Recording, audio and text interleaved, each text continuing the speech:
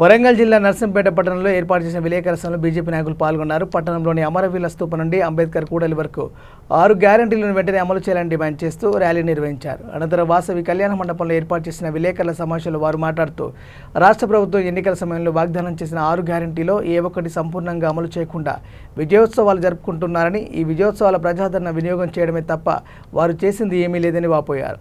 సంవత్సర కాలంగా 6 గ్యారంటీలు 66 మోసాలు చేశారని, దానిపై బీజేపీ రాష్ట్ర నాయకత్వం ఛార్జిషీట్ విడుదల చేశారు.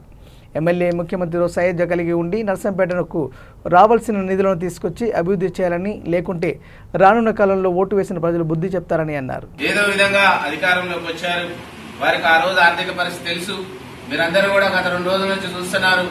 సంవత్సర కాలం పూర్తయింది కాబట్టి విజయోత్సవాలు జరుపుతున్నారు రేవంత్ రెడ్డి కాంగ్రెస్ ప్రభుత్వ హయాంలో. ఏ ముఖంతో మీరు విజయోత్సవాలు పేరిట ఉత్సవాలు జరుపుతున్నారు, ప్రజాధనాన్ని దుర్వినియోగం చేస్తున్నారు అనేటువంటి సందర్భాన్ని మేము భారతీయ జనతా పార్టీ తరఫున డిమాండ్ చేసి ప్రజల పక్షాన్ని అడుగుతున్నాం. మీరిచ్చిన ఏ ఒక్క హామీ అయినా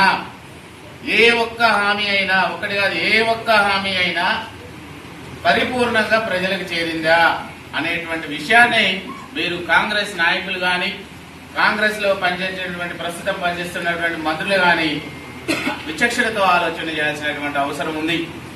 ఒక్క హామీ కూడా దాదాపుగా సాధారణంగా ఉన్నటువంటి ధరణి నుంచి సోదరుడు చెప్పినట్లుగా ఒక్క రేషన్ కార్డు అనే మీరు విడుదల చేశారా, లేదా ఇందిరమ్మ పథకంలో 4 లక్షల గృహాలు మీరు ఇస్తా అన్నారు, ఒక్క ఇంటికన్నా దానికి సంబంధించి మీరు శంకుస్థాపన చేశారా అనేటువంటి సందర్భాన్ని ఈ సందర్భంగా భారతీయ జనతా పార్టీ తరఫున డిమాండ్ చేస్తా ఉన్నాం. అదేవిధంగా రైతులకు ఇచ్చేటువంటి రైతులు కానీ రైతు బంధుని తీసేసి 5,000 నుంచి 7,500 చేసి దాన్ని కూడా సక్రమంగా లేకుండా ఇంకా పైపెచ్చి ఏమంటారంటే రైతు ప్రభుత్వం, రైతు సంక్షేమ ప్రభుత్వం అంటున్నారు. కానీ ఒక్కసారి ఆలోచన చేయండి.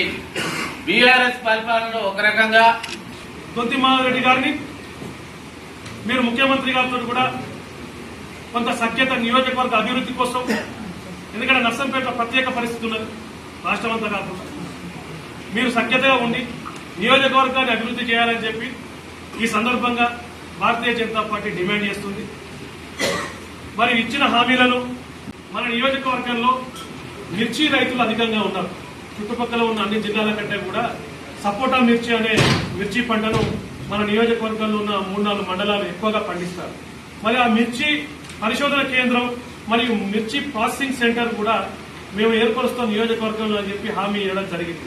ఈనాడు నియోజకవర్గంలో ఉన్న మిర్చి రైతుల అందరి తరఫున కూడా భారతీయ జనతా పార్టీ ఈ సభా వేదికగా శాసనసభ్యులను మరియు కాంగ్రెస్ ప్రభుత్వాన్ని కూడా డిమాండ్ చేయడం జరుగుతుంది. నర్సంపేట నియోజకవర్గంలో మిర్చి ప్రాసెసింగ్ సెంటర్ ఏర్పాటు చేయాల్సిందిగా ఈ సందర్భంగా మేము మీకు డిమాండ్ చేస్తున్నాం. మరియు మీరు ఖచ్చితంగా కూడా ఎన్నో వేల కుటుంబాల రైతులకు సహాయపడిన వారు అవుతారని చెప్పి ఈ సందర్భంగా తెలియజేస్తున్నాం. పాకాల టూరిజం అయినా సరే, ఈ సంబంధించిన అన్ని ఏరియాలకు కూడా మనకు ఎక్కువ కూడా టూరిజం ని డెవలప్ చేయాలంటే పాకాల దగ్గర. మరి ఈ మధ్యలో వార్త చూడడం జరిగింది, కాంగ్రెస్ శాసనసభ్యులకు పాకాల మీద కూడా దృష్టి పెట్టి అక్కడ టూరిజాన్ని డెవలప్ చేయాల్సిందిగా భారతీయ జనతా పార్టీ కుటుంబం నుంచి ఈనాడు కోరుచున్నాము. మరి ఈనాడు కూడా వాళ్ళు సంవత్సరం నుంచి కూడా